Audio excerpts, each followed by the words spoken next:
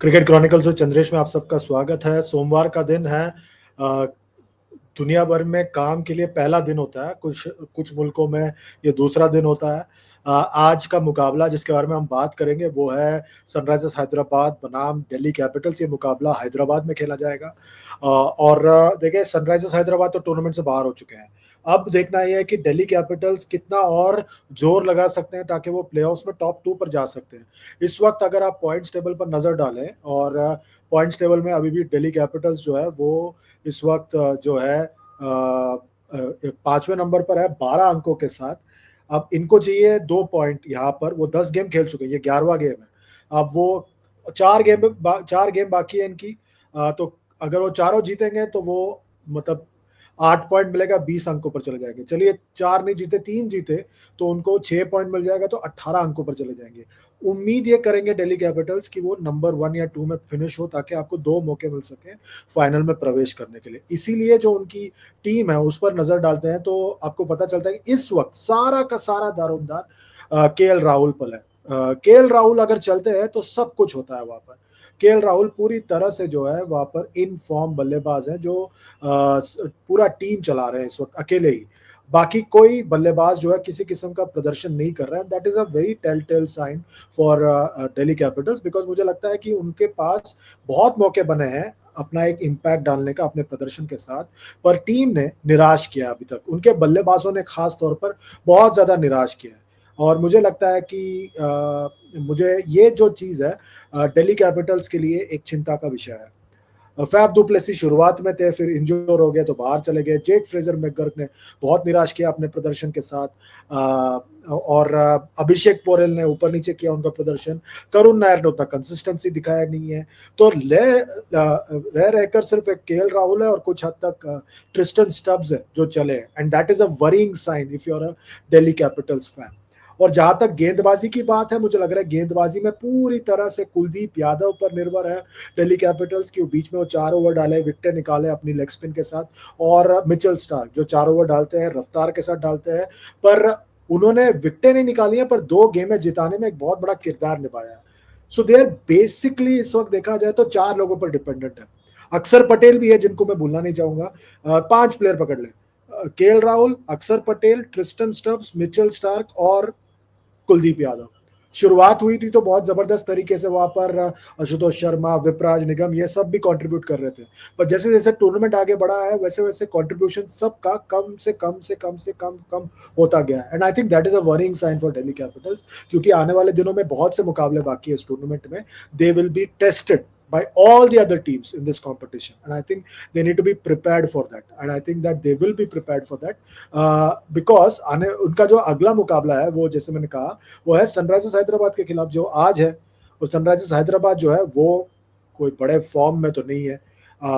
किशन को देख ले, ईशान किशन ने शुरुआत ऐसे की थी, मतलब जैसे मानो जबरदस्त तरीके से वो कर रहे हैं, मगर जैसे जैसे टूर्नामेंट बदला है, बढ़ा है आगे, उनका तो प्रदर्शन एकदम टाइम टाइम फिस हो गया। पहले मैच में शतक मारा, उसके बाद कुछ नहीं किया उन्होंने। और उनको जो है बाकी इसका यह असर हुआ है कि जो टीम 300, 350, 400, 450, मतलब पता नहीं, लिमिट ही नहीं है उस तरह की बल्ले स्कोर की बातें हो रही थी, वो तो कुछ कर ही नहीं पा रहे। क्योंकि आप देखें कि ट्रेविस हेड भी नहीं चले हैं इस साल, किसी किस्म का प्रदर्शन नहीं किया ट्रेविस हेड ने, बहुत निराश किया उन्होंने। और सारा का सारा दारोमदार एक ही इंसान पर रह गया है, अभिषेक शर्मा। हेनरिक क्लासन ने कभी प्रदर्शन किया है, कभी नहीं किया है। अनिकेत वर्मा ने शुरुआत में प्रदर्शन किया, पर उनका भी डाम या पार नहीं हो पाया। So I think overall it has been a very disappointing season for Hyderabad, Sunrisers Hyderabad with the bat, and I think they are themselves to blame for this. And I think वो जो जिस तरह से वो प्रदर्शन उन्होंने नहीं किया है, I think they have to pay for this right now, and they will, because tournament से बाहर हो गए। वो कुछ भी खेले, टूर्नामेंट से बाहर हो गए, अब तो वो सिर्फ प्राइड के लिए खेल रहे हैं। गेंदबाजी में उनके लिए सबसे बड़ी कमी है, वो उनका कमजोर कड़ी था। एडम जैम्पा पहले आउट हो गए थे, और उसके अलावा जो है वहां पर बाकी जो गेंदबाज है उन्होंने भी बहुत निराश किया। हर्षल पटेल ने ठीक गेंदबाजी की है, उतना कुछ खास नहीं किया है। और साथ ही साथ वहां पर जो है मोहम्मद शमी ने बहुत निराश किया है। जयदेव उनटकट ने मतलब मिडलिंग परफॉर्मेंसेस की है। और कोई तेज गेंदबाज उनके पास नहीं है सिवाय उनके कप्तान पैट कमिंस के। पैट कमिंस जो है वो इकलौते ऐसे लग रहे थे गेंदबाज जो विकेटें निकाल सकते हैं, जोर से लगाते हैं गेंदबाजी, दबाव डालते हैं बल्लेबाजों पर कोई सपोर्ट नहीं है। हर्षल पटेल और जयदेव उनडकट ने इक्का दुक्का परफॉर्मेंसेस किया है, दे हैवंट बीन कंसिस्टेंट, और एक लैक ऑफ अ स्पिनर नजर आया है। मतलब जैम्पा के जाने के बाद राहुल चहर पर उनका कोई भरोसा नहीं है। आप जीशान अंसारी पे ज्यादा भरोसा कर रहे हैं ना कि राहुल चहर पर, and that is if you are a Rahul Chahar you have to be worried about this कि आप पर कोई भरोसा नहीं दिखाया गया है बाय योर ओन टीम। और आप जो है बाकी जो युवा लेग स्पिनर है जीशान अंसारी, आप उन पर भरोसा ज्यादा कर रहे हैं।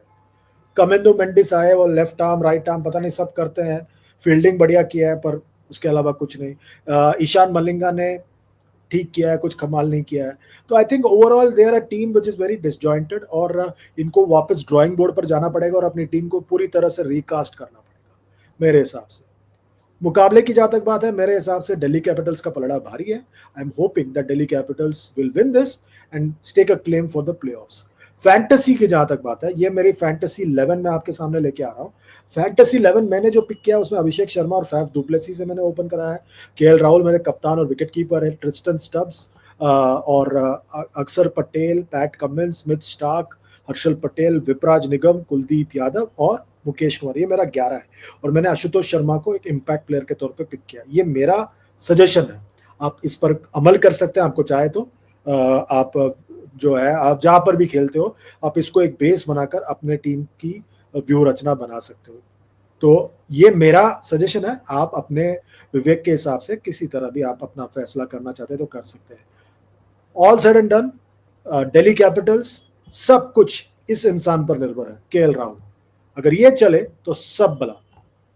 इसीलिए मैं कहता हूं चैनल को लाइक कीजिए, शेयर कीजिए, सब्सक्राइब कीजिए और साथ ही साथ नोटिफिकेशन की घंटी बजाइए। अभी के लिए बस इतना ही, अपना ख्याल रखिए। Good bye for now.